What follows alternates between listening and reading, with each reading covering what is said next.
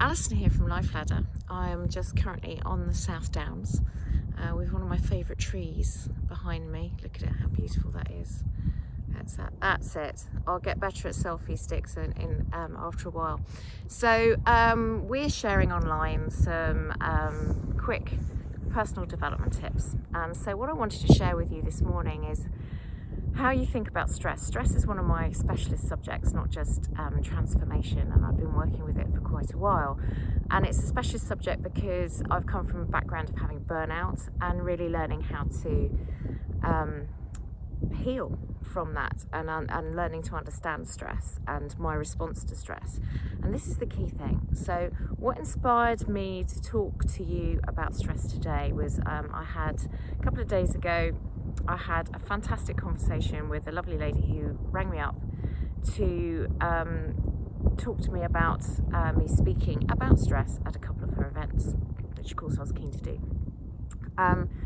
And we were talking about lockdown and her response to lockdown and how she perceived that a lot of people had responded to lockdown. And there was a lot of stress in her voice, there was a lot of overwhelm, there was a lot of anger as well. And I know a lot of people have been angry about things that have been going on. And all of that is perfectly valid because we all have our own particular responses to what's going on around us. But that's what it is. It's a response. And sometimes we fall into the trap of thinking that stress is actually, how to describe it, a thing. It's not a thing, it's our response. So if it's our response, it's a decision. You know, and sometimes emotional responses are really quick, but once you recognize them, it becomes a decision of what you can choose to do in that situation.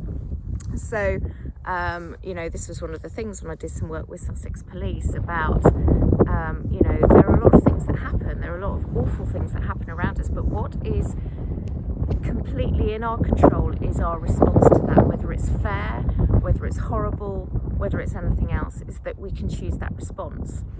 And when you choose that response, you free yourself. And I'm not saying that you'll never feel stress again, but recognizing that the stress response is your response to too much work, to the circumstances around you, of things that aren't in your control, because they aren't in your control.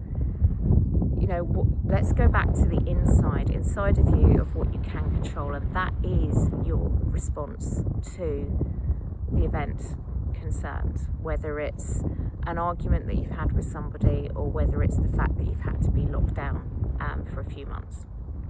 So, you might say, oh, that's all very well, but I still feel stressed. Well, we can choose our feelings. We can choose, just as we can choose to be in love with somebody or like something. We can choose how we feel about something. And sometimes, and this is just the little quick tip, sometimes all it requires is a decision to distract yourself, to think about something else, and that it's not going to dominate you right now. It's not going away.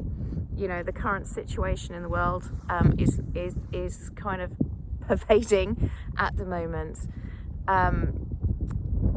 But you can choose how you feel about it. You can choose whether it dominates your thoughts. And choosing whether it dominates your thoughts or not is as simple as distracting yourself. You could use the idea of the Mel Robbins 5-second rule, because the 5-second rule means that it takes 5 seconds for your brain to catch up. So you could just stand up, walk to another room, change your mind about what you're doing at that moment right then, change your mood and your physicality by deciding to dance around or listen to some music that you love. Just do something that makes you feel better. Go for a run, make a cup of tea, have that comfort of having a cup of tea and that self-care. But change it. And if it's still there, find something else to change it. And you can push it away. You choose what thought. Your thoughts don't dominate you. And this is a lot of what we talk about on Life Ladder, is that your subconscious mind is, really, really powerful in the way that you live your life and the results you achieve. But also, a lot of people just have trouble believing at the beginning, when they start out on the journey, that they can decide on the narrative that goes through their mind. And you truly can. It takes a little bit of practice. It takes the consciousness to recognise that those thoughts are happening, and you can choose whether to accept them or not.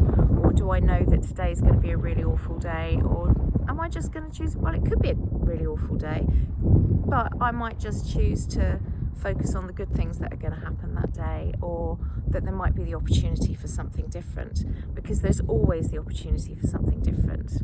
There's always, where there's dark, where there's light. So we always have that choice, and we adapt. And just like this, you know, I love these trees on the South Downs. This is where I am right now. So if you're checking in from any area else in the world, you can probably hear it. I forgot my headphones. So these are actually quite gentle winds on the South Downs, on the south coast of England this morning. And this tree over many decades has adapted, and it's just gone with the prevailing conditions, and it's thriving. It's thriving, and it provides shade for the sheep in the sun. When we have the sun, it was actually forecast to be sunny this morning. Here are some South Downs sheep, and you can see, we're starting to get a little bit of a break of blue cloud behind us. Just down there is Brighton, and behind me, look at that blue sky. So where there's darkness, you can always find your blue sky. So look for today, look for the blue sky. That's my message. Over and out.